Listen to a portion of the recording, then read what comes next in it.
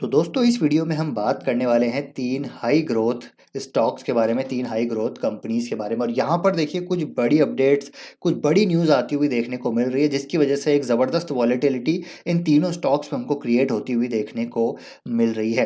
तो क्या है ये अपडेट, क्या है न्यूज़, पूरा डिटेल विश्लेषण हम इस वीडियो में करने वाले हैं। और अगर आपकी पोजिशन या फिर अगर आप इन्वेस्टेड हैं इन कंपनीज में, तो आगे की क्या रणनीति होनी चाहिए, टेक्निकल चार्ट पे क्या सिचुएशन है, सारी चीज़ें डिटेल में डिस्कस करेंगे विद रैशनल। तो वीडियो पूरा देखिएगा बिना स्किप करें, क्योंकि काफ़ी इंटरेस्टिंग इंसाइट्स भी मैं शेयर करने वाला हूं। लेकिन उस पर बढ़ने से पहले देखिए, कल के दिन भी एक इंपॉर्टेंट वीडियो अपलोड हुआ था। कल मार्केट में हमको एक गिरावट देखने को मिली थी। उस गिरावट के पीछे के जो कारण थे वो हमने डिस्कस किए थे। तो 5 बड़े कारण हमने कल के वीडियो में डिस्कस किए हैं, जो मुझे लगता है शॉर्ट टर्म में भी मार्केट में इसका प्रभाव रहने वाला है। मार्केट में वॉलेटिलिटी जारी रह सकती है और हमको क्या करना चाहिए वो हमने डिस्कस किया है। और आईटी सेक्टर में क्यों प्रेशर हमको देखने को मिल रहा है, आज भी आप देखेंगे तो आईटी सेक्टर प्रेशर में है, उसके पीछे के रीज़न हमने कल वाले इस वीडियो में डिस्कस किए हैं।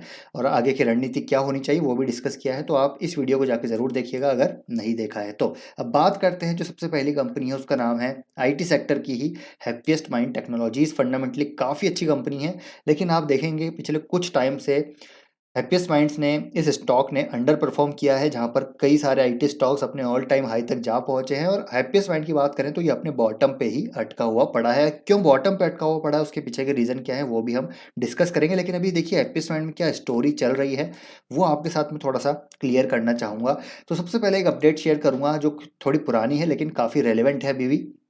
तो देखिए अभी कुछ टाइम पहले यहाँ पर क्यूआईपी लॉन्च हुआ था हैप्पीएस्ट माइंड का। यहाँ पर क्यूआईपी रेस किया था इन्होंने 500 करोड़ का, ठीक है। और जो यहाँ पर प्राइसिंग थी वो 924 रुपये पर शेयर का हमको देखने को मिला था। उसके बाद स्टॉक में गिरावट हमको देखने को मिली। तो क्यूआईपी रेस करा, चलिए कोई बात नहीं, यहाँ पर डेफिनेटली फंड रेस किया है बिजनेस की ग्रोथ के लिए। लेकिन अभी हम देखेंगे तो एक यहाँ पर बड़ी अपडेट आज के दिन आती हुई, इनफैक्ट कल के दिन आती हुई देखने को मिली कि 924 रुपये पे यहाँ पर क्यूआईपी रेस किया। लेकिन कल यहाँ पर अशोक सूता साहब, जी हाँ दोस्तों, जो कि हैप्पीएस्ट माइंड की सफलता के पीछे का बहुत बड़ा कारण है, जिन्होंने माइंड ट्री मतलब जिन्होंने बनाया, विप्रो की जो टर्न अराउंड स्टोरी थी उसके पीछे बहुत बड़ा हाथ था अशोक सूता जी का। तो इनकी वजह से भी एक बहुत हैवी वेट यहाँ पर वैल्यूएशन इस स्टॉक को मिलते हैं, इस कंपनी को मिलते हैं। तो कल इन्होंने, आप देखिए कि यहाँ पर 879 के प्राइस पे काफ़ी बड़ा स्टेक यहाँ पर अपना सेल किया है।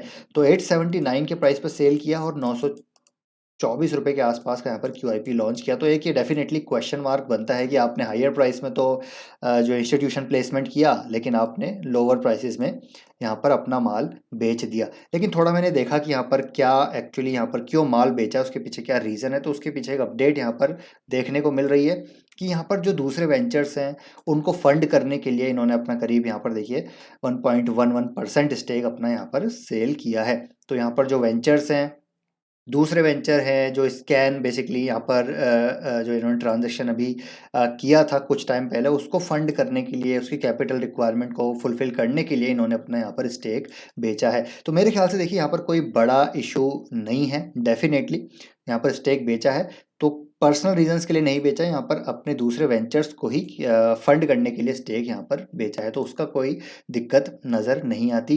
लेकिन अभी कुछ टाइम पहले एक और यहाँ पर बात चल रही थी कि इन्होंने अपना रेवेन्यू गाइडेंस यहाँ पर कट कर दिया है FY24 का। तो इन्होंने यहाँ पर क्लैरिफिकेशन दिया था, जो सोशल मीडिया पे, डिजिटल मीडिया पे यहाँ पर बात चल रही थी, ठीक है, टीवी मीडिया पे बात चल रही थी कि रेवेन्यू गाइडेंस यहाँ पर कट दिया है। तो इन्होंने कट किया है, तो बेसिकली इन्होंने यहाँ पर क्लैरिफिकेशन भी दिया कि जो इंटरप्रिटेशन है वो गलत है। यहाँ पर वो कह रहे हैं कि we have not changed any guidance for the financial year 2023-24।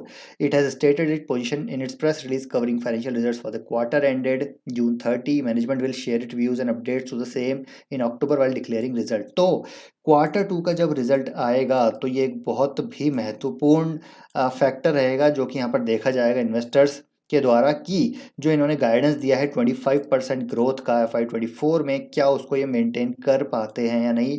तो वो हमको यहाँ पर जब रिजल्ट आएगा तब पता चलेगा। और ये जो चल रहा था बेसिकली यहाँ पर रूमर्स कि इन्होंने रेवेन्यू गाइडेंस कट किया है, तो वो सारी चीज़ें क्लियर होंगी Q2 के जब रिजल्ट आएंगे। रिजल्ट सीजन की शुरुआत ऑलरेडी होने वाली है, तो ये सारी चीज़ें अभी चल रही है। लेकिन अगर देखिए, अगर जो 25% की गाइडेंस है ये जो देते हैं, अगर वो देखा जाए तो वो भी यहाँ पर फुलफिल होती हुई नज़र नहीं आई। और जिस प्रकार से भी आईटी सेक्टर में इशू चल रहे हैं, तो थोड़ा सा यहाँ पर दिक्कतों का सामना करना पड़ सकता है एपीएस माइंड को। आप देखिए, जून क्वार्टर में मात्र 16% की ग्रोथ थी टॉप लाइन में। और बॉटम लाइन की बात की जाए तो बॉटम लाइन में तो देखिए यहाँ पर बहुत ही कम ग्रोथ हमको देखने को मिली। मात्र आई थिंक 3 से 4% की ईपीएस ग्रोथ हमको देखने को मिली, जो कि इन्फोसिस से भी कम है। जी हाँ दोस्तों, इन्फोसिस से भी कम यहाँ पर देखने को मिली। तो अभी अभी कल जैसे इस वीडियो में हमने बात करा कि यहाँ पर एक्सेंचर के रिजल्ट आए हैं, ठीक है। एक्सेंचर के रिजल्ट अच्छे हैं, लेकिन थोड़ा सा जो न्यू बुकिंग्स है उसमें दिक्कत है। जो आगे की रेवेन्यू गाइडेंस है वो थोड़ा सा हमको डाउन साइड में रिवाइज होती हुई देखने को मिली एक्सेंचर के द्वारा, जिसकी वजह से एक्सेंचर के स्टॉक में कल 4% की गिरावट आई। पूरा आईटी सेक्टर में प्रेशर आया। तो मुझे लगता है थोड़ा भी वेट करना चाहिए। हैप्पीएस्ट माइंड में इनफैक्ट जितनी भी आईटी कंपनीज हैं, अभी यहाँ पर एक बार अब रिजल्ट का वेट करना चाहिए Q2 FY24 का। बाकी देखिए, हैप्पीएस्ट माइंड की बात की जाए तो स्टॉक कंसोलिडेट कर रहा है काफ़ी टाइम से। 2000 देखिए 2021 मई से लेकर अभी तक उसी रेंज में यहाँ पर देखने को मिल रहा है। मतलब लगभग 2.5 साल हो चुके हैं यहाँ पर, 2.5 साल से स्टॉक उसी रेंज में है, बिल्कुल भी मूवमेंट नहीं है। वहीं परसिस्टेंट, कोफोर्ज जैसी कंपनीज हो गई, केपीआईटी, टाटा एलेक्सी जैसी कंपनीज काफ़ी हाई जो है प्रीमियम पे जा चुकी है। लेकिन हैप्पीएस्ट माइंड में वो वैल्यूएशन देखने को, वो मूवमेंट देखने को नहीं मिला। उसके पीछे सबसे बड़ा कारण है इसके वैल्यूएशन। जी हाँ, तो हमने यहाँ पर पहले भी डिस्कस किया था कि देखिए, जब वैल्यूएशन ज़्यादा हो जाते हैं तो फिर ये दिक्कत आती है। 144 के पी पे स्टॉक ट्रेड कर रहा था।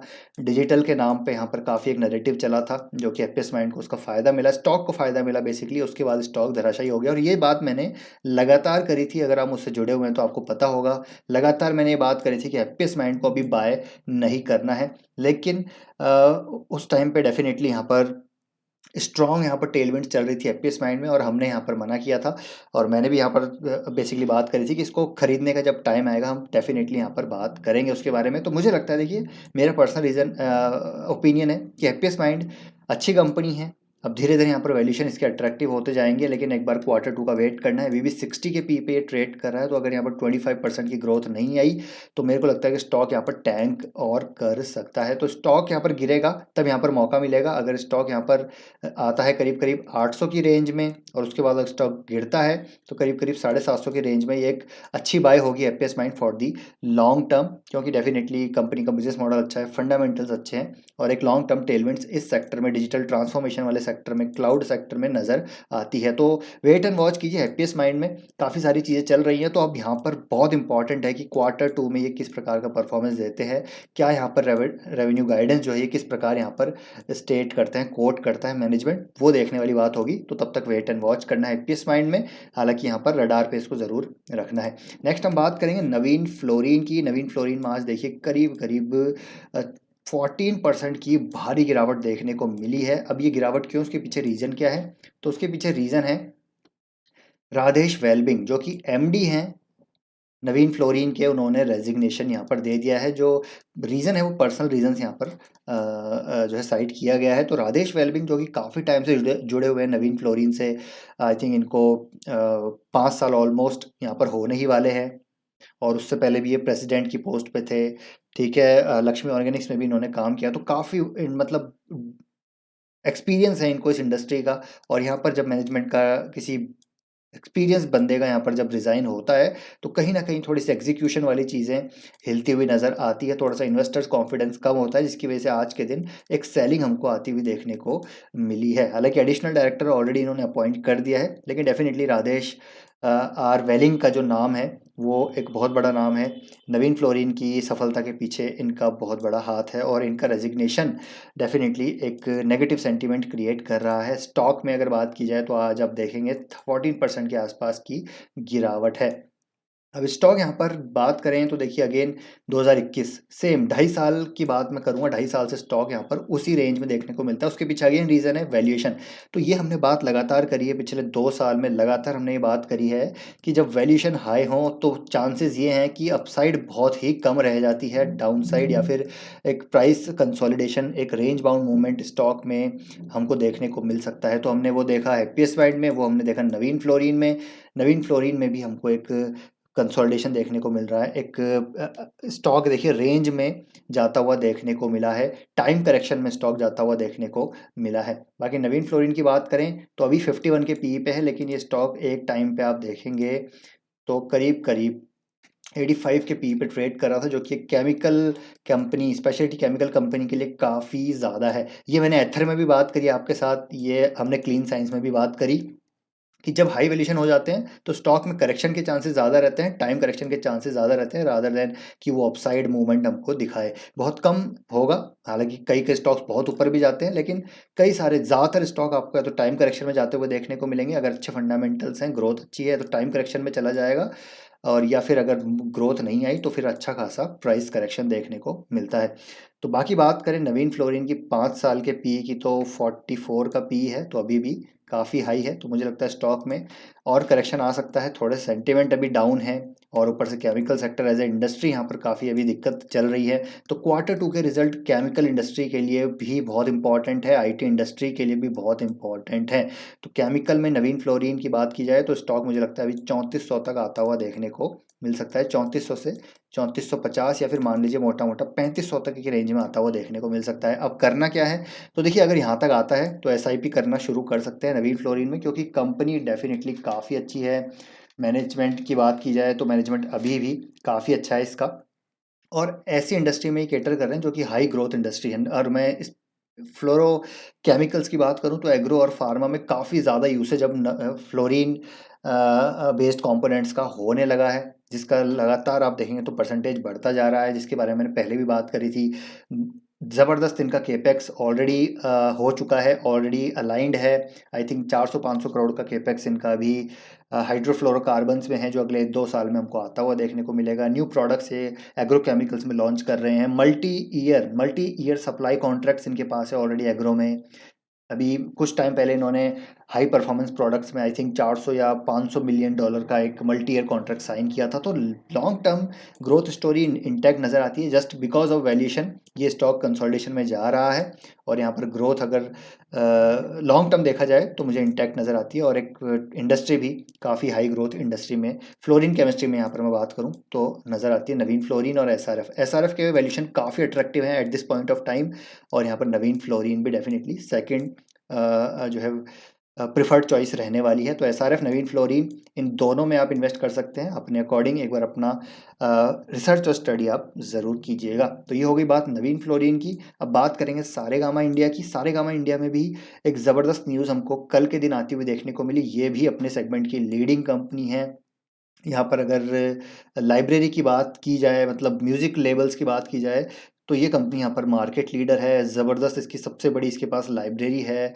जो पुराने गाने हैं जो अब देखिए अब रिवाइज होके आते हैं, ठीक है, मॉडिफाइड होके आते हैं, तो वो सारे राइट्स ये जितने भी प्रोडक्शन हाउसेज हैं उनको बेचते हैं, और इसका फ़ायदा इनको मिलता है। बाकी ऑलरेडी इनके पास यहाँ पर जो म्यूज़िक लाइसेंसेस का जो बिज़नेस है, लाइसेंसिंग का जो बिज़नेस है, वो ग्रो कर ही रहा है। अब यहाँ पर कल के दिन एक न्यूज़ आई, इन्होंने एक और डिजिटल एंटरटेनमेंट कंपनी पॉकेट एसिस को यहाँ पर एक्वायर कर लिया है, जो कि फ्यूचर में इनके लिए काफ़ी फ़ायदे का सौदा साबित हो सकती है।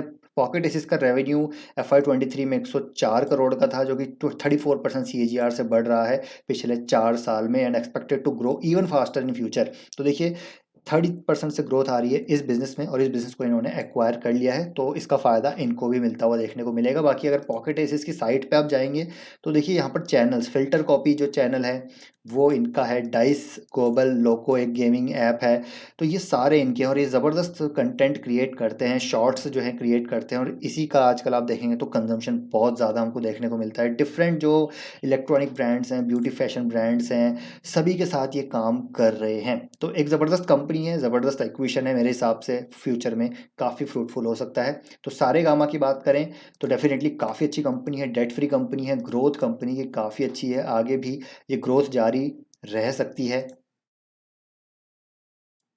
तो अगर मैं ग्रोथ देखूँ तो देखिए double digit growth, profit growth, double digit sales growth, return equity काफ़ी अच्छा यहाँ पर नज़र आता है। स्टॉक प्राइस CAGR काफ़ी तेज़ी से ग्रो करा है। और एक अच्छी चीज़ अभी कुछ टाइम पहले यहाँ पर हुई है कि इन्होंने अपने डिस्ट्रीब्यूशन जो बिज़नेस है, उस जो डिस्ट्रीब्यूशन आर्म है, जो डिस्ट्रीब्यूशन वाला इनका बिज़नेस है, जो कैरावन वाला बिज़नेस है, उसको डीमर्ज कर दिया है, जो कि मतलब आप कह सकते हैं कि जो प्रॉफिट जनरेट नहीं कर रहे थे उसको डीमर्ज कर दिया है। तो कहीं ना कहीं इनके जो इस वाले बिजनेस में है, जो बेसिकली म्यूजिक लाइसेंसिंग वाला बिजनेस है, डिजिटल कंटेंट क्रिएशन वाला बिजनेस है, उसको फ़ायदा, उसके लिए वैल्यू अनलॉक होती हुई नजर आएगी। इनका फोकस्ड अब इस बिजनेस पे प्रॉपरली बना हुआ है और यही बिजनेस इनका आप कह सकते हैं कि ब्रेड एंड बटर बिजनेस है और इसी पे फोकस करेंगे तो आगे ये अच्छा ग्रो करेगा। और ये दोनों बिजनेस यहाँ पर अच्छे नहीं थे, इन्होंने डीमर्ज कर दिया तो कहीं ना कहीं शेयर होल्डर्स के लिए अच्छा था।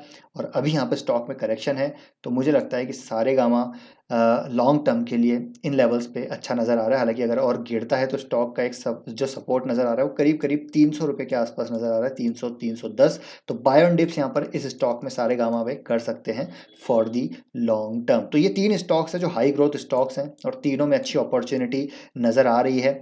यहाँ पर स्टॉक्स और गिरते हैं Q2 का एटलीस्ट हम वेट कर सकते हैं। अगर यहाँ पर गिरते हैं स्टॉक तो डेफिनेटली यहाँ पर इनको बाय किया जा सकता है। रिजल्ट अच्छे आते हैं तो यहाँ पर स्टॉक्स में डेफिनेटली एवरेज अप भी किया जा सकता है, कोई दिक्कत की यहाँ पर बात नहीं है। तो तीनों स्टॉक्स अच्छे स्टॉक्स हैं, आप डेफिनेटली अपनी रिसर्च करके इनमें पोजीशन यहाँ पर अपनी बना सकते हैं। तो आई होप वीडियो इन्फॉर्मेटिव लगा होगा, पसंद आए वीडियो लाइक कीजिए, शेयर कीजिए, चैनल को सब्सक्राइब कर लीजिए। मिलते हैं नेक्स्ट वीडियो में और आपका ओपिनियन शेयर ज़रूर कीजिएगा कमेंट बॉक्स में।